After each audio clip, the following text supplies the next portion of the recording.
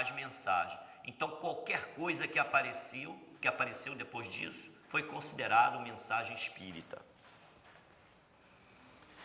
É publicada no mesmo ano a Carta sobre o Espiritismo. Kardec passa a morar na rua, na nova sede, né, da sociedade, adquirida com a doação de 10 mil francos, onde também está o escritório da revista. Kardec, ele gastava todo o seu dinheiro com o movimento espírita, e ele não sobrava dinheiro para ele morar em outro lugar. E também o seguinte, se ele morasse em outro lugar, era o tempo que ele perdia para fazer o trabalho, exatamente para fazer o trabalho espírita. Então ele morava dentro da própria sociedade espírita, né, por permissão, evidentemente, da própria sociedade, e que foi adquirida com a doação dos companheiros espíritas daquela época. Eles tinham algum dinheiro, né, esse pessoal que iniciaram o movimento espírita. Eles eram pessoas intelectualizadas, cientistas, né, pessoas com algum grau de saber. Havia, evidentemente, outras pessoas, mas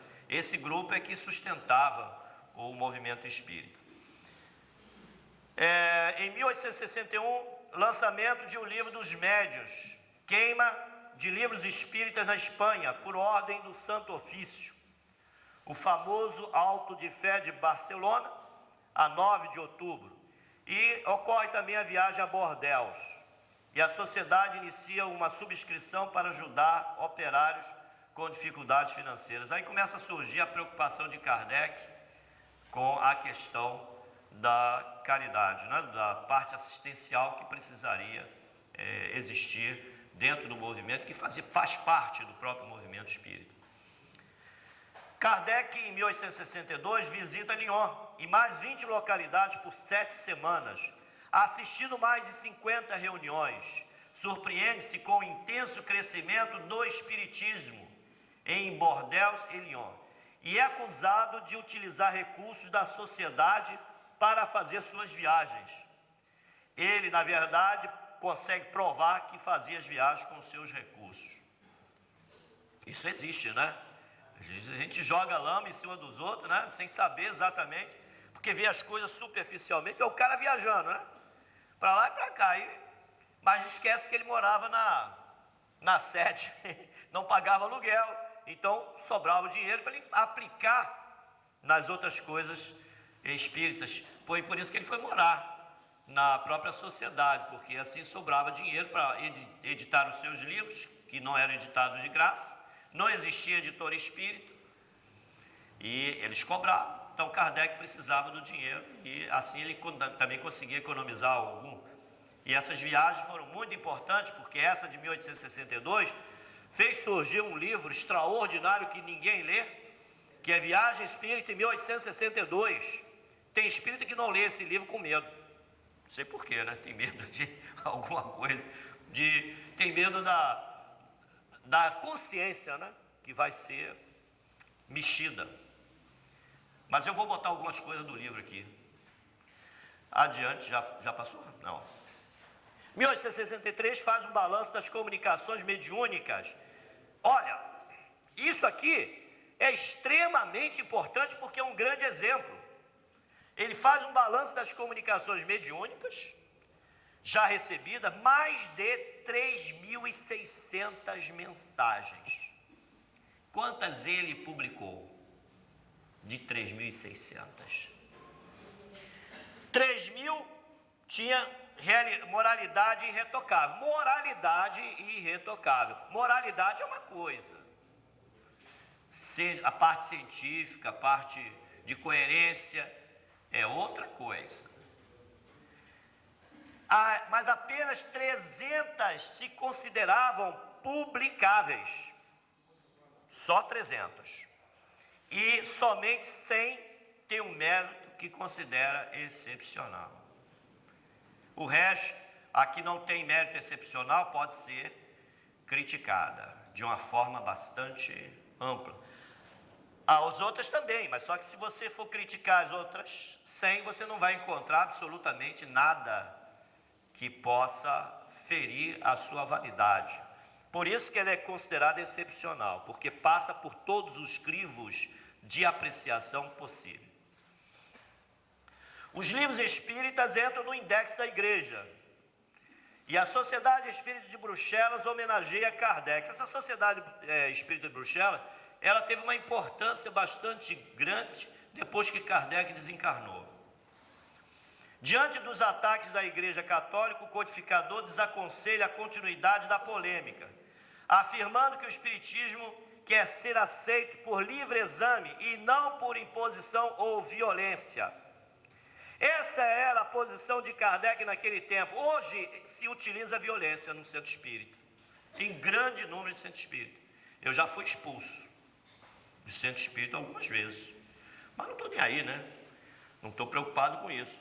Mas isso é violência.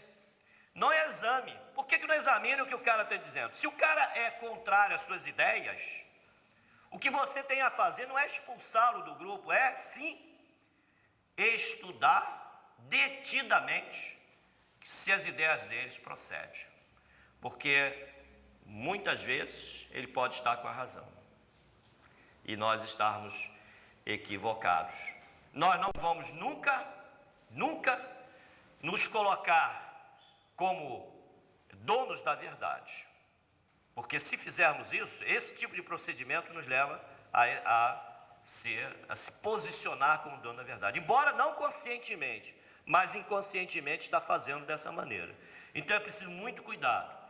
Se um companheiro traz uma ideia divergente da minha, eu vou estudar essa ideia, vou verificar essa ideia.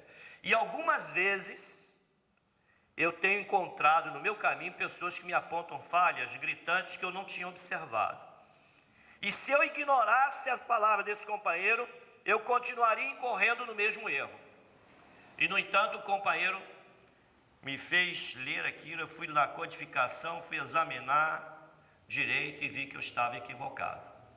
E, evidentemente, que aí nós temos que aceitar o que o companheiro trouxe e dizer a ele da nossa gratidão pelo fato dele ter nos aberto os olhos com as incoerências que eu defendia. Se expulsar o cara, já era. Aí é publicado em 1864 o Evangelho segundo o Espiritismo. Em 1865, Kardec edita, no caso a Sociedade Espírita Parisiense, edita o Evangelho segundo o Espiritismo, na edição definitiva da obra anterior. Ele fez a primeira obra. Você vê que isso aconteceu com o Livro dos Espíritos, aconteceu com o Livro dos Médiuns, aconteceu com o Evangelho. Porque ele escrevia, não foram os espíritos que trouxeram? Como é que ele teve que retificar? Porque ele, como médium, utilizando os médiuns ao seu trabalho, ele percebeu que esse comunicado, essas comunicações continham alguma coisa que era anímica ou alguma coisa que não correspondia ao pensamento dos espíritos. E eram médiuns que trabalharam na codificação, médiuns que foram evidentemente chamados de acordo com a sua competência, a sua condição para fazer aquele trabalho. E hoje nós não fazemos isso com os nossos médiuns. Eles publicam o que querem, fazem o que querem, e a gente não verifica. E acha até que eles são infalíveis, que é absurdo. Os médiuns da codificação não eram infalíveis, quiçá os demais. E, esse eu botei só para mostrar que Kardec também tinha suas mirongas, né? Era um sonho durante uma enfermidade, ele prevê com 14 anos de antecedência o invento do pneu de borracha, esse pneu que a gente utiliza aí. Isso é só para ver que ele também estava ligado, mediunicamente, em outras questões materiais, com o desenvolvimento da humanidade, de madeira e aro de ferro. Meu avô fabricou muito dessas rodas. Pode ir adiante. Em 1867, vou andar mais rápido um pouquinho. Participa do livro Ecos Poéticos do Além Túmulo. Em 1868, vem a público Caracteres da Revelação Espírita e a Gênese, os Milagres e as Predições segundo o Espiritismo. E ele assiste a uma sessão de transporte de flores sem se convencer muito do resultado. Aliás, Kardec não se convencia muito desses resultados obtidos com mediunidade de efeito físico ostensivo, esse negócio de materialização de espírito, materialização de flores, transportes. Ele via isso com muita ressalva.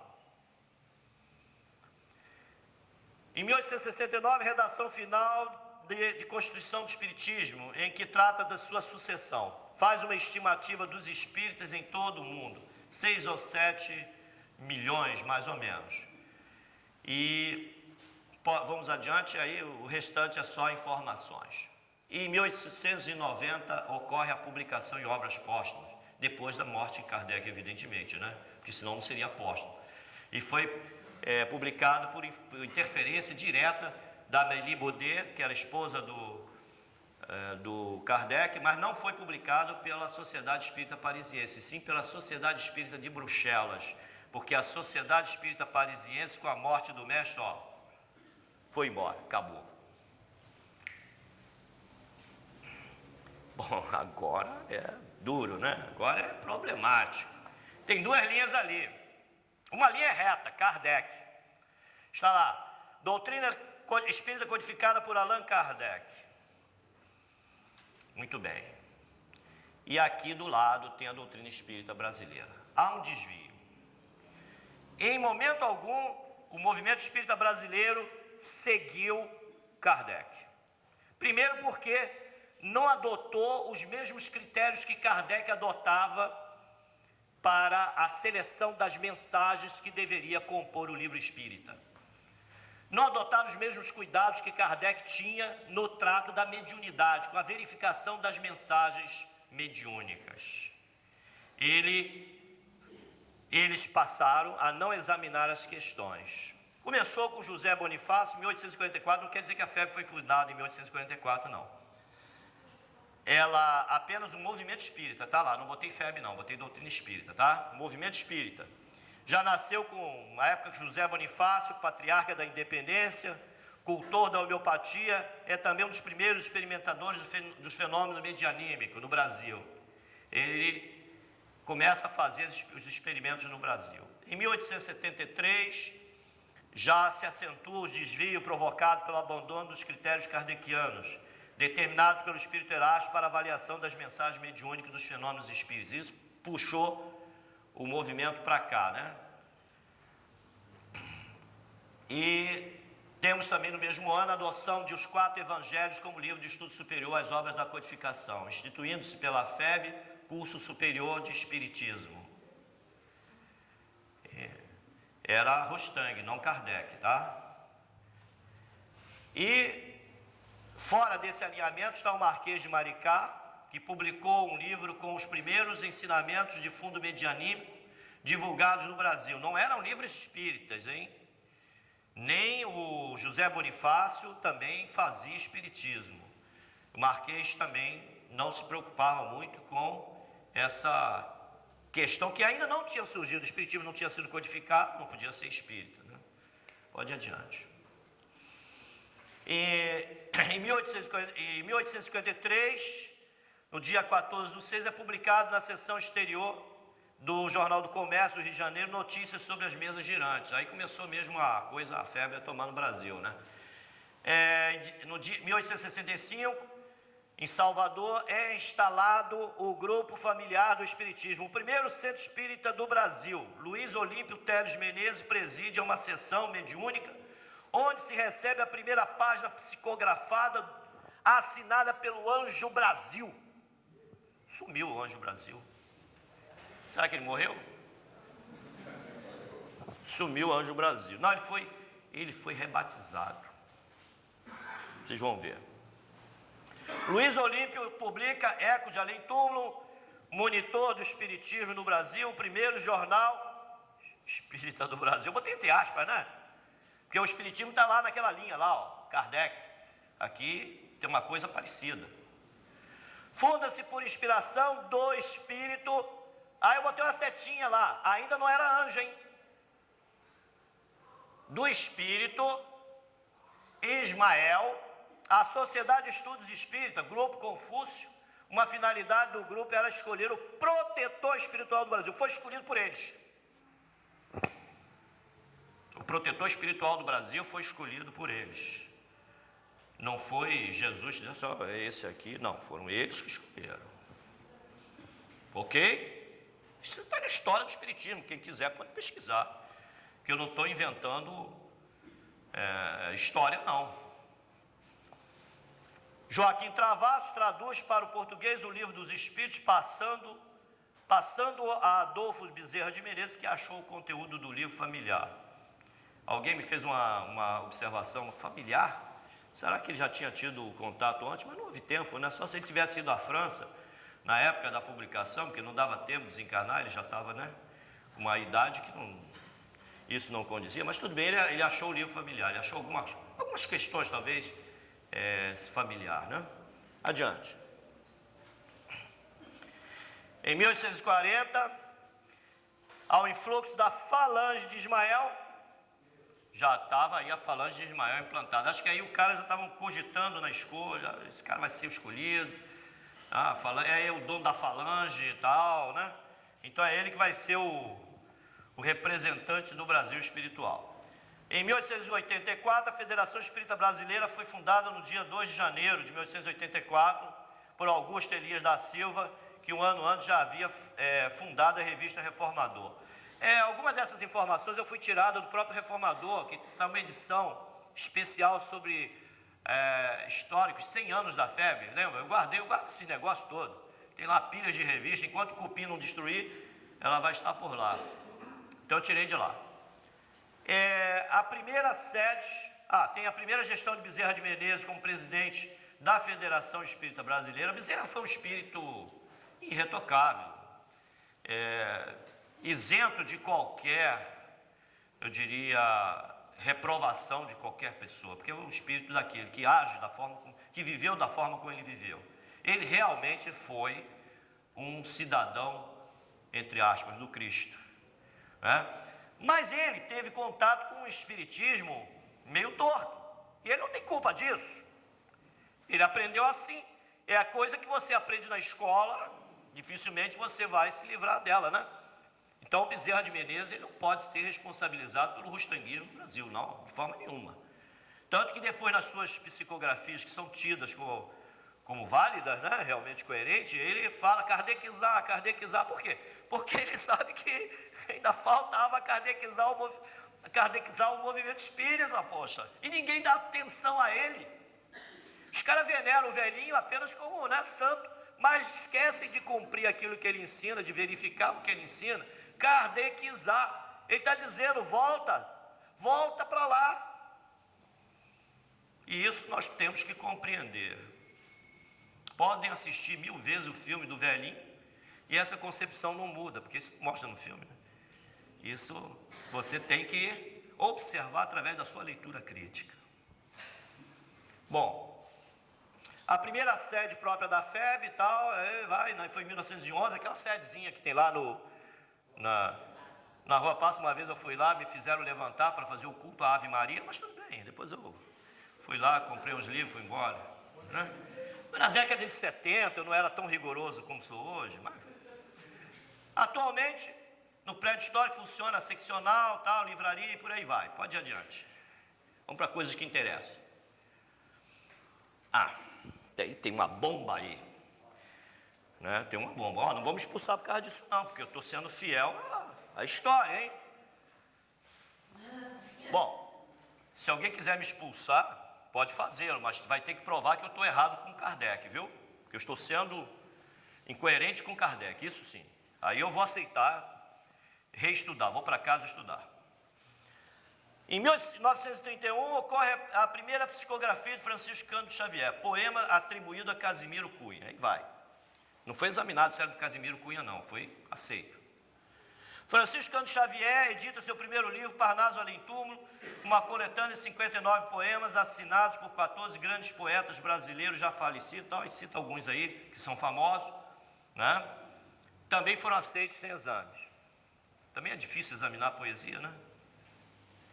Eu não sei a pessoal que lida aí com a língua portuguesa, como é que faz a questão do estilo. Em 1939, primeira edição do livro, no livro Coração do Brasil, Coração do Mundo. Eu acho esse livro uma porcaria, uma bomba, mas tudo bem, vamos lá. Não vou discutir esse livro aqui não, porque eu já discuti aqui. Amaury Xavier Pena, sobrinho de Chico Xavier, filho de sua irmã Maria Xavier, também espírita e psicógrafo. Quando disseram que Kardec utilizava o dinheiro lá da Sociedade Espírita Parisiense para viajar, o que Kardec fez? Provou que não era. Eles simplesmente se calaram, deixaram as coisas para lá. E é muito grave isso. Aí é que tinha que acordar para examinar todas as mensagens, que já deveria ter sido feito desde o início. E o desvio está aumentando, já notaram, né? Pode ir adiante. Em 1959, Franciscano Xavier muda-se para Uberaba, fugindo do escândalo causado pelas declarações do sobrinho Amaury Xavier Pena. Gente, isso aí eu tirei da história do espiritismo. Isso tá, vocês vão encontrar isso com facilidade. Eu não estou dizendo nem que é verdade, nem que é falso, porque seria leviandade da minha parte dizer que é verdadeiro ou falso. Eu apenas estou dizendo que existe essa suspeita e que não podemos ignorar nenhuma suspeita. Elas têm que ser estudadas, verificadas, procuradas, observadas. Não estou questionando a mediunidade do Chico, de modo algum. Estou questionando que o Chico é igual às médiuns que trabalharam durante a codificação espírita, que foram examinadas e algumas de suas mensagens foram rejeitadas. Natural que seja rejeitado. Aqui nada foi mexido, nada foi rejeitado. Em 1975, Franciscano Xavier anuncia que encerrará aos 65 anos de idade suas atividades mediúnicas, devido ao desgaste físico e por não conseguir superar o processo de hipotensão, surgido em 1973. Se ele tivesse feito isso, nós teríamos perdido a melhor parte do trabalho do Chico. A melhor parte do trabalho do Chico surgiu nos anos 70 e foi até o último livro, em 1999, com Escada de Luz, totalizando 412 livros publicados e muitos deles traduzidos em diversas línguas e também em braille. Depois que o Chico deixou de publicar os livros pela Federação Espírita Brasileira, seus livros realmente se tornaram de grande qualidade espírita. São livros que, passando pelo crivo kardeciano, raríssimos são aqueles que dizem alguma coisa que possa ser descartada. Porque nós sabemos que o Chico tinha um vínculo católico muito forte e foi muito influenciado pelo catolicismo, inclusive na sua forma de falar, de escrever. Mas isso não é motivo para que se abandone toda a parte moral que a psicografia dele produziu. Eu tenho livros do Chico que são livros meus de cabeceira. A pessoa às vezes me vê falar assim tão veemente sobre coisas do Chico, pensa que eu sou contra o Chico. Na verdade, não. Tem livros do Chico que eu aprecio e muito, e tenho na minha cabeceira, como livro de leitura quase obrigatória, porque é difícil eu passar um dia sem ler uma das passagens, até de Emmanuel, que está ali. Embora para mim Emmanuel não é Emmanuel. Não aquele Emmanuel que as pessoas pensam que seja. Mas deixa isso para lá, isso é outro papo. Pode dizer, não, deixa para lá. Isso é... Bom, aí está o que aconteceu, no geral, com o movimento espírita brasileiro. Codificação espírita direto. Da codificação espírita, a FEB levou alguma coisa, por isso que eu botei lá um entroncamento, né? Mas, da parte da FEB, surgiu Ramatiz, ele trouxe Rostank, né? O racionalismo cristão que pouca gente conhece. Esse racionalismo cristão veio de 1912, esse cara era português. Chamava-se Antônio de Matos, não, Antônio de Matos, né? Antônio de Matos. O Antônio de Matos, ele era espírita no início. Ele deixou de ser espírita por causa do sincretismo do espiritismo com os cultos afro-brasileiros.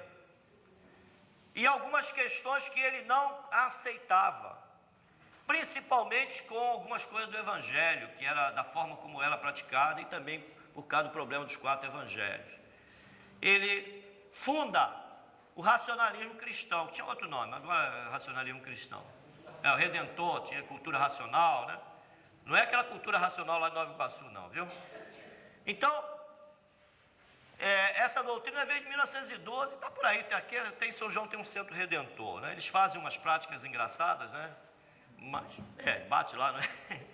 Mas tudo bem, não estou desmerecendo a figura Luiz de Mato, porque ele era um cara inteligentíssimo, um cara de grande conhecimento. E do outro lado nós temos Ramatiz, que Ramatiz ele veio impregnado da cultura oriental, do esoterismo. Ele veio impregnado ele inclusive utiliza até astrologia no seu trabalho, né? Ele enfoca muito a questão da astrologia. Ele considera que Jesus era o médium do Cristo. O Jesus recebia o Cristo e dava a psicofonia do Cristo, tá? Que Jesus era Jesus, Cristo era o Cristo. Os 4 evangelhos têm sérios problemas, não é só corpo fluídico de Jesus, não. Tem sérios problemas nos 4 evangelhos. E entre eles ele não explica qual o papel de Maria, por exemplo. Maria foi enganada por esse espírito, teve uma gravidez fictícia, amamentou de mentirinha, sentiu as dores do parto, tudo de mentirinha. Esse Jesus, faça-me um favor, né? Fazer uma coisa dessa com a pobre da Maria é brincadeira. Então, claro que a gente sabe que isso aí não tem nenhuma base. Esse livro foi ditado esqueci o nome da médium. Estou dizendo que eu estou ficando velho? Quando eu lembrar o dia. E essa médium, ela se dizia muito, eu diria, abatida com a presença desses espíritos. Os espíritos causavam nela grande mal-estar. E esses espíritos eram João Batista, Mateus, Marcos, Lucas, eram os evangelistas. Quer dizer, nós temos que ter muito cuidado com isso. Por que essas obras aconteceram? Justamente em decorrência da falta de exame, de critério do exame. Isso é que é o problema. Embora o Ramatiz utilize algumas coisas da doutrina espírita, né? Ele utiliza mais a parte mística da Umbanda e do esoterismo, né? Que a gente conhece.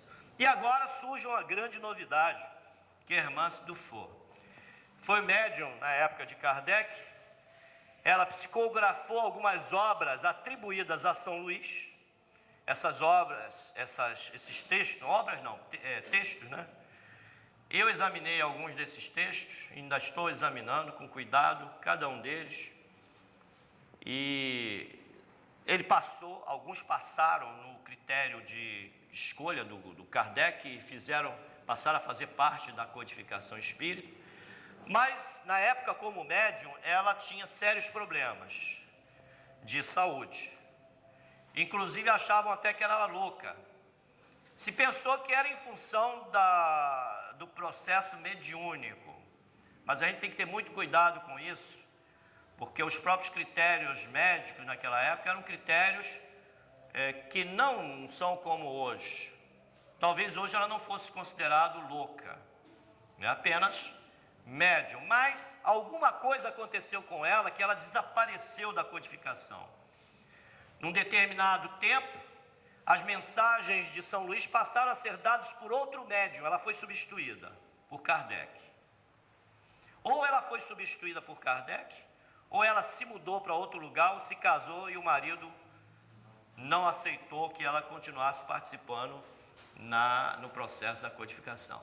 Agora, em 1997, vem surgir obras psicografadas assinadas pela Hermance. Em 1997 para hoje, essas obras, essas mensagens não foram verificadas. Não se aplicou nenhum critério de estudo sistemático usando a metodologia kardeciana. Então, eu, no momento, não aceito as obras que não são examinadas. Não aceito nenhuma obra psicografada que não tenha sido examinada. Como não tem como ser examinada no momento por um grupo organizado dentro do movimento espírita, porque esse grupo não existe, eu me coloco na posição de examinador. Evidentemente que não vou fazer sozinho. E vou consultar centenas, milhares, talvez, de pessoas sobre o assunto ainda até eu formar minha opinião sobre ela. Escreve sobre autoajuda. Livro de autoajuda é muito bom.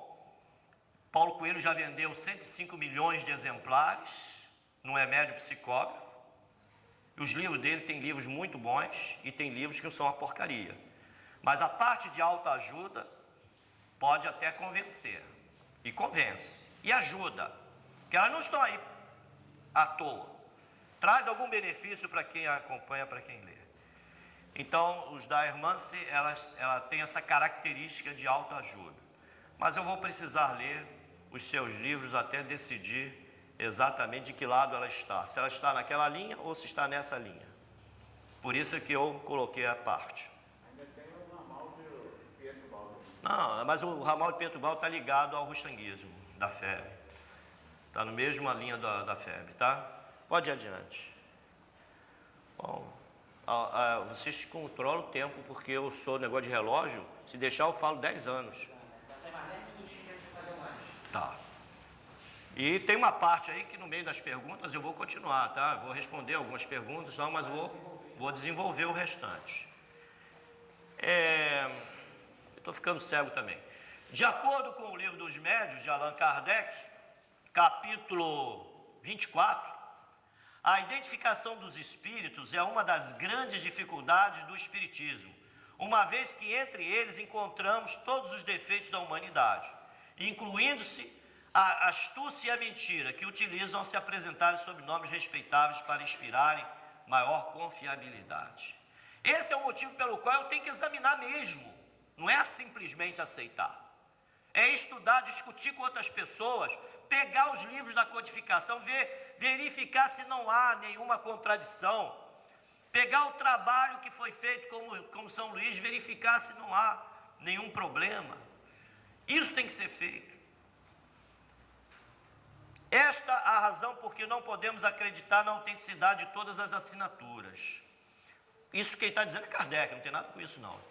Quanto aos espíritos superiores, os espíritos puros, seus caracteres distintivos se apagam gradativamente na uniformidade da perfeição, podendo estes, para fixar nossas ideias, apresentam-se com o nome de um espírito, eles conhecido, né, que pertence à mesma categoria evolutiva. Quer dizer, os espíritos superiores, eles podem dar um nome que não é o nome dele, mas pode ser o nome da categoria daquele espírito. Por exemplo, caso de Emmanuel. Esse Emmanuel que psicografou através do Chico, pode não ser aquele Emmanuel que está no Evangelho, gente. Ele pode ser do mesmo alinhamento de pensamento, do mesmo grupo.